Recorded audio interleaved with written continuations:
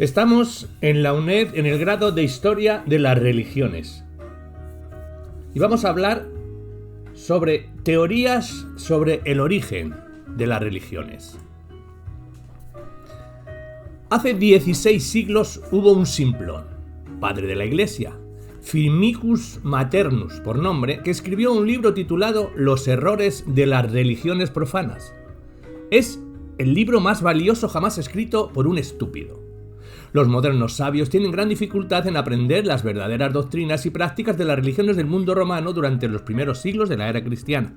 Fueron suprimidas por la ley cuando el cristianismo quedó establecido, y los escritores cristianos, por buenas razones, no nos dicen mucho sobre ellas. Pero Firmicus no era diplomático.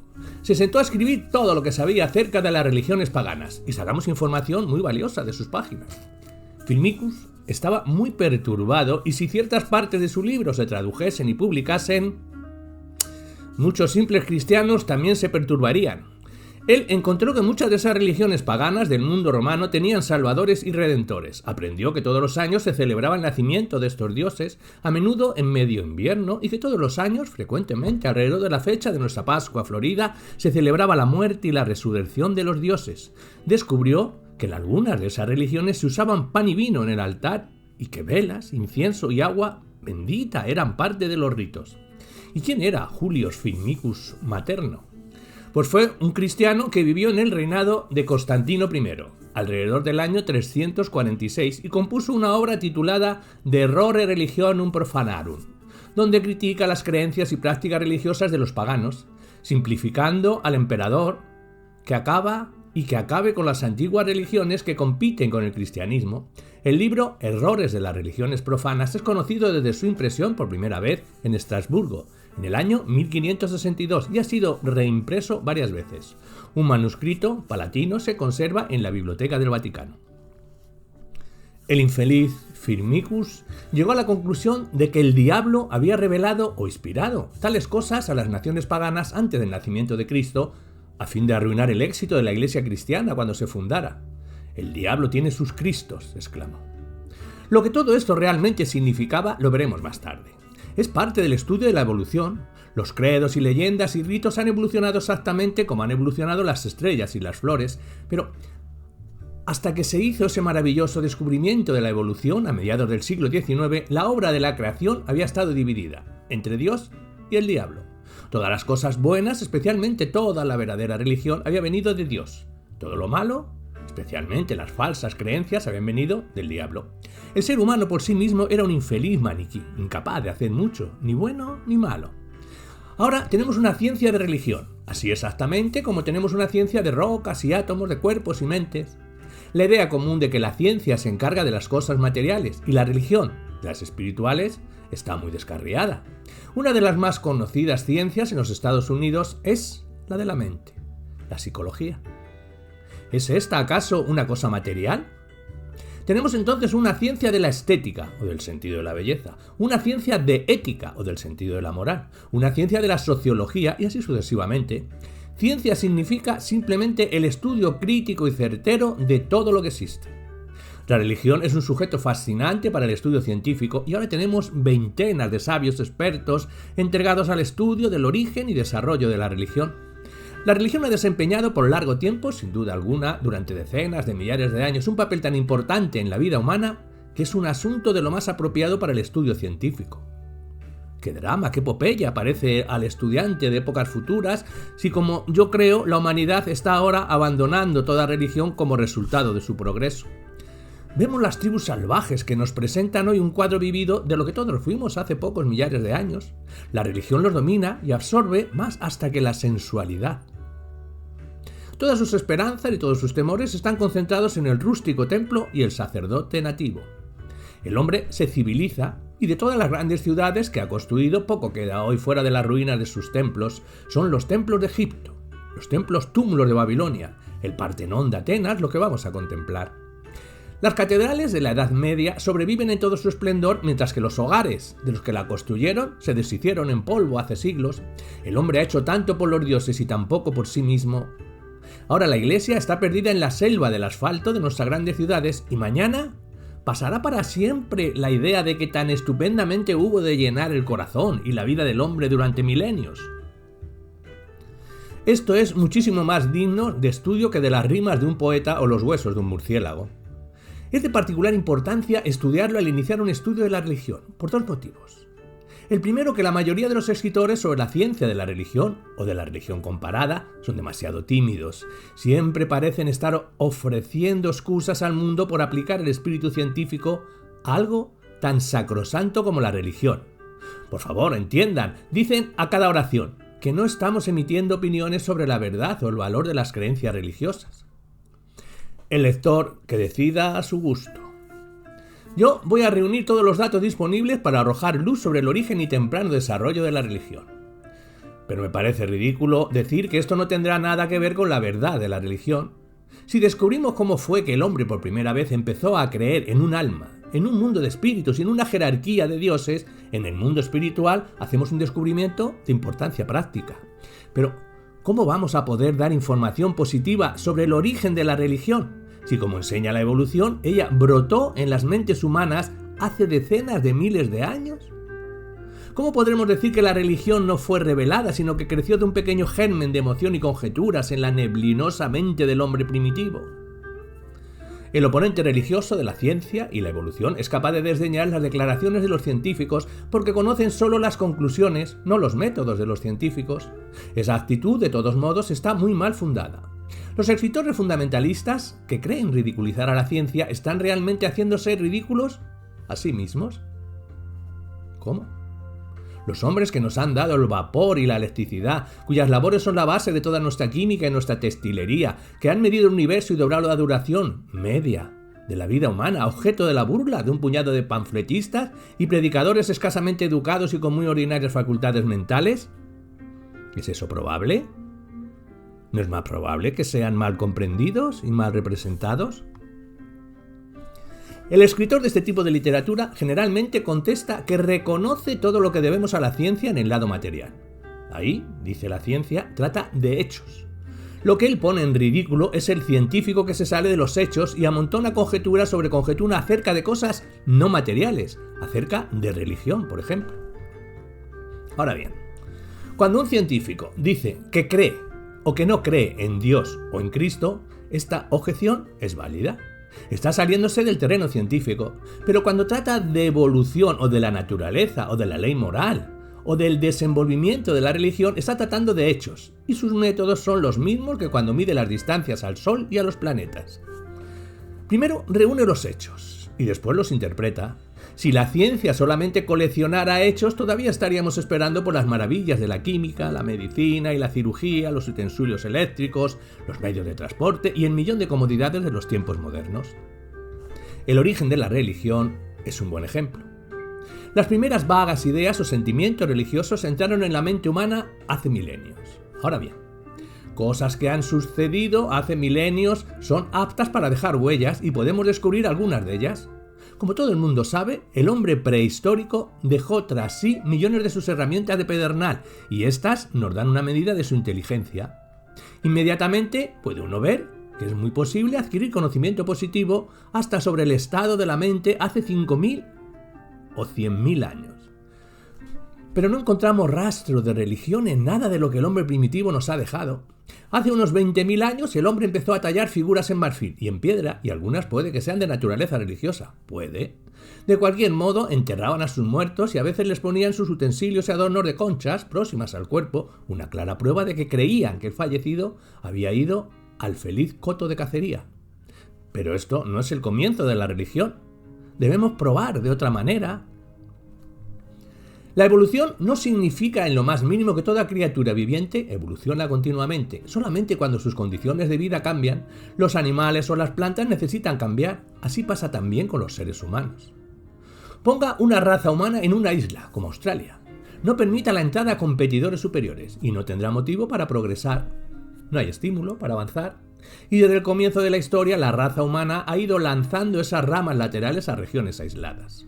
Allí han permanecido generalmente sin progresar, y cuando las encontramos hoy, aprendemos cómo era la raza cuando se separó esa rama 10.000, 50.000 o 100.000 años antes. Esta forma de adquirir información será importante en más de uno de estos capítulos, y la explicaremos mejor con el ejemplo de la población de América. En general, antes de la llegada de los españoles, la población era de pieles rojas, o amerindios. Pero había excepciones como los muy primitivos yaganes de Tierra del Fuego y ciertas tribus de la selva del Brasil. Así pues, hubo dos olas de inmigración, una anterior y otra posterior, de Asia a América. Los indios, con sus armas superiores, empujaron a la cruda población primitiva hacia el sur o hacia las selvas de la misma forma en que los llegaron de Europa habían desplazado a los indios. Los primeros invasores eran parte de la familia humana de hace decenas de miles de años, poniéndolo moderadamente, y nos muestran cómo era el hombre primitivo, cómo pensaba y cómo actuaba. Los indios nos muestran al hombre de tiempos muy posteriores, los europeos muestran una etapa todavía más adelantada. La evolución ha echado así una luz, por vez primera, sobre lo que llamamos razas salvajes y su gran variedad de grados de cultura. Las estamos estudiando por todo el mundo y disponiéndolas por orden de cultura e inteligencia. Cuando ascendemos por ese orden, desde el inferior al superior, vemos casi la historia completa del desarrollo de las ideas y las instituciones humanas. Ello nos permite estudiar la evolución de las ideas morales, religiosas y políticas, exactamente en la forma en que vemos el desarrollo de sus armas, desde la primera piedra al bronce, al hierro, al arte, a la vestimenta, viviendas. Así es como encontramos una base firme y positiva para el estudio del origen de la religión. Lo que el salvaje está pensando hoy, teniendo el cuidado de separar lo que ha aprendido con el contacto con los blancos, la especie humana entera pensaba hace mucho tiempo. Lo que los más primitivos salvajes piensan hoy es lo que toda la raza humana pensaba en su infancia. Veamos qué luz lanza esto sobre el origen de la religión, que empezó por algo totalmente distinto a una revelación. Hablemos sobre las modernas teorías, sobre su origen. El método que hemos descrito es evidentemente muy prometedor e interesante. Por ejemplo, si usted quiere saber cómo se rasuraban los hombres antes de que hubiese afeitadoras de seguridad, o cómo escribían antes de tener papel y estilográficas, o cómo araban antes de que las modernas máquinas de acero fuesen inventadas, debe seguir el mismo método. Yo he visto búlgaros arando con un cuerno de vaca al extremo de un palo, y los que sabían escribir usando una pluma de ave y un cuerno por tintero, lo mismo con sus medios de alumbrado. Entonces va usted al África y encuentra un nivel aún más temprano. Después querrá ir a Australia, donde los hombres ni escriben, ni se afeitan, ni aran la tierra. Allí encontrará cuchillos de piedra y escudos contra el viento en lugar de casas. Pero hay un nivel todavía inferior en la Tierra del Fuego, en Ceilán y en las Filipinas. Al estudiar el desarrollo de ideas religiosas, uno debe tener sumo cuidado en comenzar por el más bajo nivel humano. Oh, sí, dice el crítico, conozco ese procedimiento científico. Usted busca las tribus con las ideas religiosas más crudas y entonces dice que ese es el nivel más bajo porque sus ideas son tan crudas, y entonces usted afirmará que la religión empieza crudamente porque usted encontró el nivel más bajo. Eso es precisamente lo que no hacemos nosotros. Al hacer mi estudio del origen de las ideas religiosas, que hemos investigado personalmente y acerca de lo cual hemos escrito un extenso libro, The Growth of Religion, 1918, consultamos con uno de los principales etnólogos de Europa, mi amigo el profesor Houghton, acerca de cuáles son los pueblos más subdesarrollados de hoy. El resultado se verá después. Pero los escritores a veces hacen conjeturas sobre el origen de la religión sin seguir este procedimiento estricto o sin comenzar por el nivel más bajo. Como consecuencia de ello, tenemos diversas teorías sobre el origen de la religión. La mayoría de ellas tienen ahora solamente un interés histórico, pero es bueno relatarlos brevemente. ¿Qué es religión? ¿Cuál es el significado exacto de la palabra religión? Es más difícil contestar estas preguntas que decir en qué forma surgió la religión hace milenios. Empezando por la palabra misma, pertenece a una edad tempranísima del lenguaje latino y hasta los escritores romanos de los periodos civilizados han perdido el significado de la palabra. Muy a menudo se dice que viene de ligare o religare y por tanto se alega que significa que liga al hombre con los dioses, pero en ese caso la palabra sería religatio, no religión, y debemos seguir probando. Parece estar relacionada con la palabra latina por escoger o seleccionar, pero lo que realmente significaba para el primero que la usó no lo sabemos decir. Sabemos bien lo que queremos decir hoy con ella, pero el problema es que no todos queremos con ella decir la misma cosa. Hay tanta gente en estos días que quiere conservar la palabra religión, aunque no creen en Dios, que toda clase de nuevas definiciones son válidas. El profesor Leubas da 50 definiciones diferentes en su Psychological Stuff of Religion, estudio psicológico de la religión. Welch, queriendo escribir un capítulo sobre nuestra obra Good Invisible King, Dios, el Rey Invisible, nos escribió: ¿cuál es su religión, Maccabi? O más bien, ¿cuál es su religiosidad? Tu hombre tiene una religiosidad, le contesté. Que yo no. Me parece que la palabra religión debe siempre significar la creencia en dioses y su adoración, o según el giro idiomático de la lengua iglesia, la creencia en y la adoración de dioses. Sin embargo, mucha gente ahora quiere usar la palabra con mucho del sentido de idealismo o reverencia por cualesquiera elevados ideales. Aquí usamos la palabra en su acepción común, la creencia en Dios y en la inmortalidad, y las prácticas inspiradas por esa creencia. Me alegro de estar de acuerdo una vez con mi amigo fundamentalista. Ciertamente todo lector debe saber que en su origen y etapas primeras, sobre los cuales escribo, la religión no era lo que es para el idealista refinado moderno. Había profusión de escépticos y había evolucionistas en Grecia y Romas antiguas, y al parecer deben haber meditado sobre la manera en que el hombre vino a creer en dioses. El poeta romano, Lucrecio, expresa quizás el sentimiento general cuando dice: el temor fue lo primero que hizo dioses en la tierra. Él debe haberse imaginado al salvaje prehistórico encogido de terror por el estallido del trueno, el rugido de la tormenta, el fuego del volcán, el caos de un océano enfurecido y hasta la ferocidad del cocodrilo o del tigre. En el siglo XIX, cuando la evolución volvió a ser un pensamiento vivo, muchas conjeturas fueron publicadas sobre el origen de la religión. Mucho se debatió en un tiempo la teoría del gran experto en lenguas Max Müller de que la religión era debida a una especie de enfermedad o decadencia del lenguaje. Los primitivos hindúes, dijo, hablaban mucho en sus poemas sobre el sol, la luna, el fuego y el agua. Los consideraban solamente elementos de la naturaleza, pero posteriormente los hindúes equivocaron el significado de los padres. Tomaron estos conpiscuos elementos de la naturaleza por deidades y los adoraron. Estas teorías descansan sobre una base muy estrecha y actualmente nadie la profesa. A continuación, Herb Spencer, el gran filósofo evolucionista, publicó una teoría sobre el origen de la religión. Empezó diciendo: con la creencia de que la sombra de uno sobrevive la muerte del cuerpo y como un jefe continúa siendo jefe hasta en el mundo de las sombras. Famosos jefes fueron honrados, alabados y aplacados como si fuesen dioses. Grant Harlan, en su obra The Evolution of the Idea of God, la evolución de la idea de Dios, sigue en gran parte esa misma teoría y cita gran cantidad de material de la vida de las tribus americanas para demostrarla. Pero antes de que Grant Harlan adoptara la teoría, había sido generalmente desplazada por una nueva concebida por uno de los más famosos antropólogos, Taylor, de la cultura primitiva, 1877. Esta teoría se conoce como animismo, así exactamente como las estrellas se forman solamente poco a poco de polvo suelto y difuso o niebla de fuego, y así pensó Taylor que la creencia en personas espirituales definidas, en almas y dioses, debe haber sido precedida por una más vaga y más nebulosa creencia. El hombre primitivo generalmente debe haber supuesto que la naturaleza tiene un espíritu animador.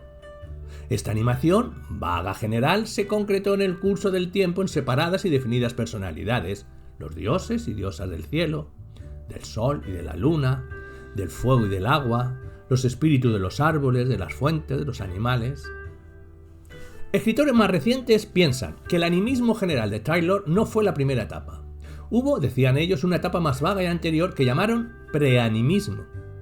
El germen de la creencia religiosa fue el terror del hombre en presencia de los movimientos poderosos y misteriosos que lo rodeaban en la naturaleza. Al principio no personificó a tales fuerzas, ni siquiera pensó en una gran animación de la naturaleza o de un mundo espíritu, como el Dr. Brindon supone en su obra Religiones de los pueblos primitivos. Era solamente una actitud o reacción emotivada sin razonamiento.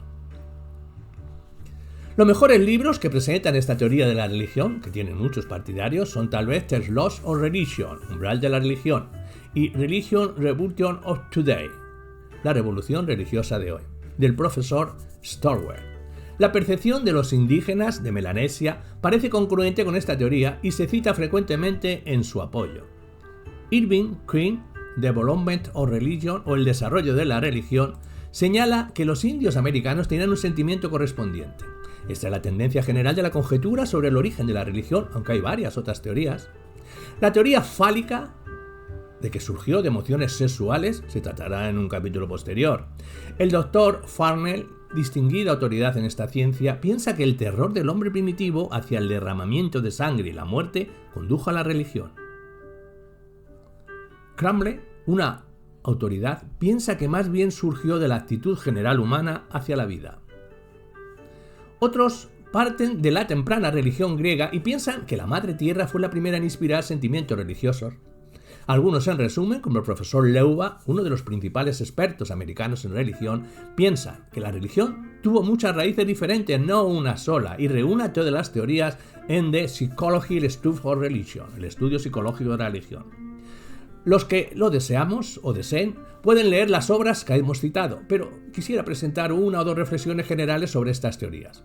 Algunos lectores exclamarán inmediatamente, lo de siempre, conjeturas científicas que se suceden y aniquilan unas a otras cada decenio. Bueno, la respuesta a ese comentario común es como regla. Las teorías científicas sucesivas no se aniquilan, sino que corrigen, complementan y aumentan unas a otras. La primera teoría es demasiado amplia, demasiado estrecha. Encontramos nuevos datos y la corregimos. En todo caso, el comentario es verdaderamente tonto. Porque algunas teorías que se propugnaron hace 50 años, cuando nuestros conocimientos eran todavía muy imperfectos, han tenido que ser abandonadas. Es absurdo decir que las teorías que se formulan en el presente, cuando nuestro conocimiento de los hechos es 10 veces mayor, igualmente serán sustituidas. Y de primer momento, parece como si tuviésemos aquí solamente un caso normal de la evolución de una teoría. La de Max Müller nunca fue ampliamente acogida.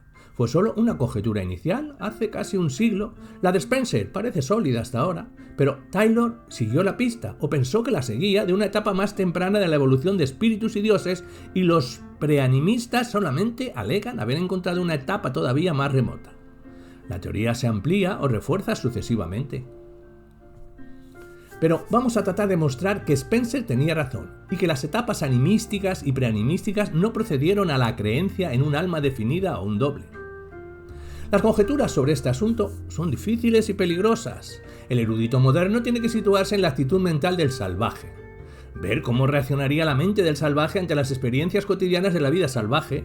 No puede hacerlo. Se imagina delicadas graduaciones de desarrollo psicológico que son modernas más bien que primitivas. La mejor manera en ir en los más primitivos salvajes y aprender lo que ellos piensan y sienten de verdad acerca de religión. Pero hay que tener sumo cuidado en comenzar por el principio, por el nivel más bajo de la vida mental, por el más primitivo tipo de salvaje conocido por nosotros. Esto se hace raras veces. En los días de Herbert Spencer no era posible hacer eso, pues nuestro conocimiento de pueblos más primitivos era todavía imperfecto, y disponerlos de acuerdo con su cultura y desarrollo no era satisfactorio, ni mucho menos. Greg Harlan se basa casi totalmente en las ideas religiosas de las tribus bantúes de África, que están muy lejos de encontrarse en los niveles más bajos de la humanidad. Algunos estudiantes más recientes comienzan con los melanesios de Nueva Guinea, y todavía no alcanzan el nivel más bajo. Otros se basan mucho en los aborígenes australianos, y ahí tampoco hemos llegado al nivel más bajo. Eso es, creo yo, el defecto de la teoría de uno de los más grandes escritores de religión comparada, Fraser. Piensa él que la magia precedió a la religión. Los hombres trataron primeramente de imponerse a los elementos por medio de prácticas mágicas. Cuando llegaron al grado suficiente de inteligencia para percatarse de que no tenían el éxito deseado, imaginaron poderes personales en la vegetación y en la tormenta, y empezaron a aplacarlos y adorarlos. Una gran autoridad francesa, Salomón Reynas, cree que la práctica del tabú fue una etapa anterior a la de la magia. Con todo respeto por estas distinguidas autoridades, soy del parecer que han especulado demasiado y tomado sus datos de tribus que no muestran el nivel inferior del desarrollo humano. Cuando este libro, que sí comienza por el más bajo nivel humano, apareció hace pocos años, un perito escribió que sabíamos muy poco acerca de los oscuros pueblos que yo escogí para razonarlo desde el punto de vista de sus sentimientos. Eso no es cierto. Veremos que en la mayoría de los casos disponemos de volúmenes sobre ellos escritos por sabios de gran reputación, y ningún conocedor discute que sean los más bajos fragmentos de la humanidad. Debe ser interesante, de seguro, ver qué religión tienen, si es que tienen alguna. Hablemos sobre las verdaderas raíces de la religión. ¿Dónde debemos buscar entonces los más bajos fragmentos de la familia humana? Recordemos lo que queremos decir por la familia humana. Los salvajes no son pueblos degenerados. Aquí y allá, particularmente en condiciones difíciles, una tribu puede haber degenerado un poco, pero su lenguaje o algún otro aspecto de su vida pueden contener trazas del nivel más elevado del cual descendieron. La abrumadora mayoría no muestra tales trazas en ninguna prueba científica. son fragmentos de la especie, regimientos del ejército humano desprendidos y dejados estancados mientras la especie adelantó. Con cada nuevo avance de las otras razas fueron quedando rezagados más y más. Hombres con mejores armas y mejores cerebros los desplazaron y les arrebataron sus tierras. Búsquelos en islas protegidas, selvas resguardadas y en los extremos de continentes. Ahí es donde se encuentran. Son los yaganes de Tierra del Fuego, los botocudos del Brasil, los vedas de Ceilán, los isleños andamaneses, los aetas de las Filipinas, los tasmanes, los bosquimanes del África del Sur. Estos pueblos se reconocen como los más primitivos. No son tribus, no tienen organización tribal ni jefes. La mayoría de ellos no puede contar más allá del uno o hacer fuego. En todo su sistema de vida y en su físico son los más primitivos seres humanos. En la obra de Growth of Religion, el crecimiento de la religión, que es lo que estamos hablando, hemos resumido todo lo que las autoridades, cuyas obras nombramos, dicen sobre ellos. Aquí debemos citar muy brevemente lo que sabemos acerca de su religión. Veamos primero la de América. El continente fue poblado por una invasión de Asia, sobre un puente terrestre que antiguamente existía en Alaska. Pero unos cuantos pueblos están tan por debajo del nivel de los indios que algunos se imaginan que cruzaron desde Europa por un puente terrestre, que según sabemos, en un tiempo atravesaba el Atlántico Norte. Han pasado tantos cientos de miles, si no de millones de años, desde que ese puente terrestre desapareció, que es más seguro pensar en Asia como fuente de todos los habitantes de América. La primitiva tempranísima raza, de la cual encontramos retazos hoy en Ceilán, las islas Andamán, el archipiélago malayo y las Filipinas, parece haber lanzado una rama a América antes de que el gran periodo glacial bloquease el puente de Alaska.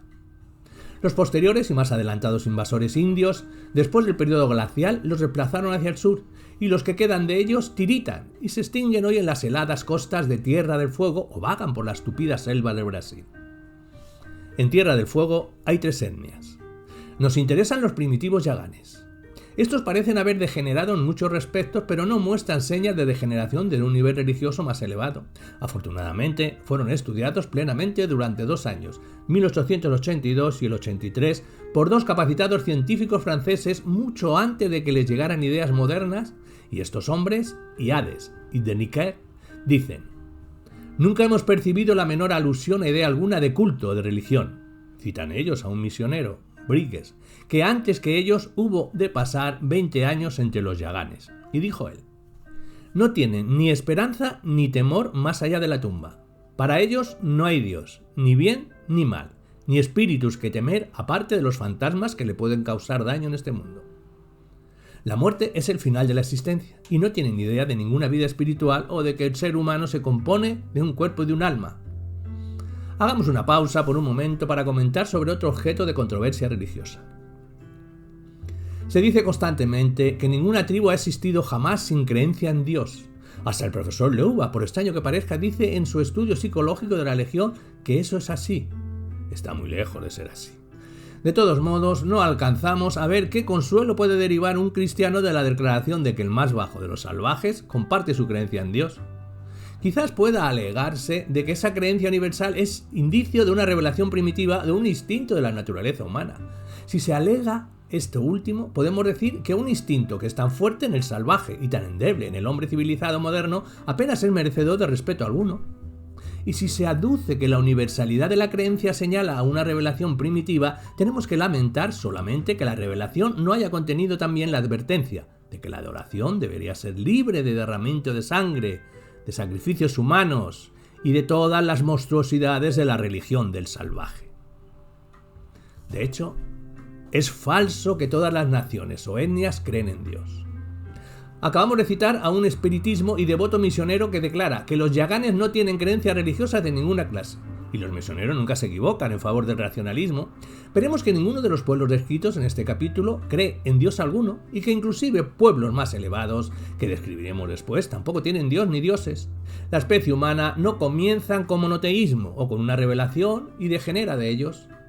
En todas las estrictas pruebas de los hechos comienza sin religión, después cree en los espíritus de los muertos, después en politeísmo y por último en monoteísmo. Pero en la cita sobre los yaganes se hace referencia a fantasmas que pueden causarle daño en este mundo, y puede creerse que ahí tenemos una religión rudimentaria. Hyades y Deniker También dicen que encontraron ciertas ideas que pueden considerarse como supersticiones, aunque su origen fue el temor a individuos maléficos. Los yaganes atribuían la enfermedad y la muerte a ciertos hombres salvajes de los bosques. Algunos de los yaganes habían visto esos monstruos horribles que a veces se robaban a sus niños y a veces caían sobre ellos durante la noche. Pero ahí no hay religión. Y Hades y Däniken dicen al final: los fueguenses generalmente creen que estos hombres salvajes son los alacolupos, los alacalufes, según el diccionario enciclopédico Larousse. Los alacalufes son simplemente un pueblo cercano de mayor cultura. En pocas palabras, los yaganes tienen poca magia y ninguna religión. Nunca se han preocupado por sueños, sombras o poderes de la naturaleza. Así era el hombre primitivo. Nos tornamos ahora hacia los botocudos y otras tribus inferiores de Brasil central. Naturalmente estos están menos aislados de otras tribus que los yaganes y han copiado mucho y están en un nivel más elevado. Sin embargo, el Dr. Kane distinguía autoridad que estudió los botocudos y que dice que no saben contar más allá del 1, dice que consideran el sol como una entidad buena, pero no la adoran, y la luna como una entidad maléfica, y la tormenta como llena de malos espíritus. Fuera de eso, no tiene religión. Otros que han escrito sobre ellos dicen simplemente que no tienen religión. Eso también depende de cómo uno define la religión. Otras tribus primitivas de Brasil fueron estudiadas cuidadosamente por el profesor von der Steinen. Los halló grandes soñadores. Mascan hojas de tabaco hasta alcanzar un grado de estupefacción a fin de tener vividos sueños. No nos sorprende, por lo tanto, aprender que están muy convencidos de que la persona tiene un doble que abandona su cuerpo durante el sueño y que a la muerte deja de regresar a él. Como dice el profesor, cuando entierran a una mujer con sus utensilios y dicen que es porque lo necesitará en el cielo, están revelando la influencia de los misioneros. Ellos no adoran nada. En sus leyendas hablan de los poderosos antecesores y hasta les dan crédito por la creación del fuego y el agua. Pero cuando averiguamos que estos mitos son comunes en América, tenemos que llegar a la conclusión de que fueron tomados de los indios. En otras palabras, no tienen dioses ni prácticas religiosas, pero creen firmemente en un doble invisible del cuerpo. Esto está íntimamente relacionado con sueños, pero nótese esto particularmente. El nombre indígena para él es sombra. En la bella isla de Ceilán, no lejos de la cuna de la especie humana, subsistió hace pocos años otro de esos retazos de primitiva humanidad, los Vedas. Naturalmente, la isla atrajo hace largo tiempo a tribus más desarrolladas y los Vedas han adoptado ideas y prácticas tamiles o cingaleses. No obstante, quedaban hasta hace poco algunos Vedas salvajes y estos han sido estudiados plenamente por dos científicos, Paul y Fritz Sharashi. Su cultura general es de las más simples, no pueden contar más allá del 1 y sus cerebros son en relación a su tamaño corporal los más pequeños de todas las razas presentes. Estamos ahí en el nivel primitivo de la humanidad. No tienen religión, y solamente las más ligeras trazas de algo que pudiéramos llamar magia, y ni la más ínfima creencia en un poder impersonal en la naturaleza. Por lo tanto, ellos, como casi todos los pueblos que describimos en este capítulo, no encajan en la teoría de Frege, ni en la peanimística sobre el origen de la religión. A lo sumo, algunos sienten alguna reverencia hacia el sol y la luna, pero no con el significado religioso. Hablan de un muerto, como un yaka, y los hermanos Arashi traducen como alma, pero admiten ellos es una palabra cingalesa y los Vedas que ofrecen arroz. Al yaka dicen que en esto ellos están simplemente imitando a los cingaleses. En cuanto a la pregunta de si los muertos continúan viviendo, contestaban que no lo sabían. Ni siquiera han reflexionado jamás sobre este asunto. Hay un segundo estudio importante de los Vedas por el Dr. Seligman, pero trata de los Vedas en conjunto y reconoce que han adoptado la religión tamil. Los puros Vedas, ahora casi extinguidos, no tienen religión alguna, ni siquiera la creencia de que el hombre tiene un doble que sobrevive al cuerpo. Por suerte, también aquí tenemos el testimonio de un misionero de larga experiencia, el Dr. Nixon, el primer obispo de Tasmania. Dice él: no pude encontrarse vertigo de prácticas religiosas y ni siquiera de sentimientos religiosos entre ellos, a menos que llamemos así a su temor a un espíritu malévolo y destructor, que al parecer era una idea predominante, si no la única, sobre el asunto. Como muestran escritores posteriores y más cuidadosos como Bobby y Lee Roth, el obispo tenía mucha razón al decir que no tienen Dios, ni practican adoración ninguna. Los tasmanes creen firmemente en magia y en espíritu. Los espíritus de los muertos además eran malévolos, se les tenía miedo terrible y nunca se nombraban.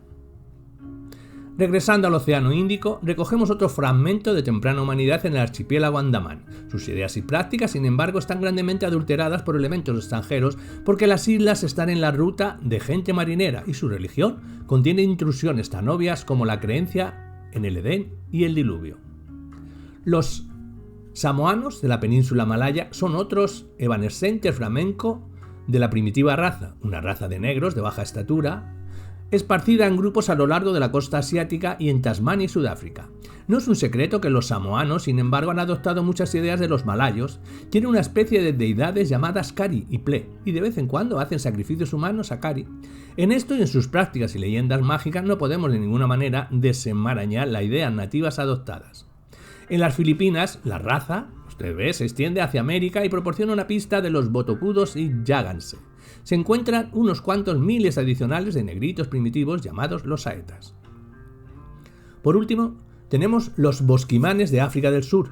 Son los que podemos llamar la capa más elevada del nivel humano primitivo y han estado asociados tan íntimamente por milenios con tribus más desarrolladas y durante un siglo con boer y misioneros que es difícil llegar a sus indígenas creencias. Cuando comparamos las declaraciones con las de otras autoridades, llegamos a la conclusión de que ellos, hasta cierto pequeño grado, creían en la supervivencia de alguna parte del ser humano para la cual no tenían un nombre definido, y tienen muchas ricas leyendas acerca de los antepasados, uno de los cuales, el Kang, está en camino a tomarse en una especie de dios, aunque no hay razón clara todavía para llamarle un dios y no se le adora.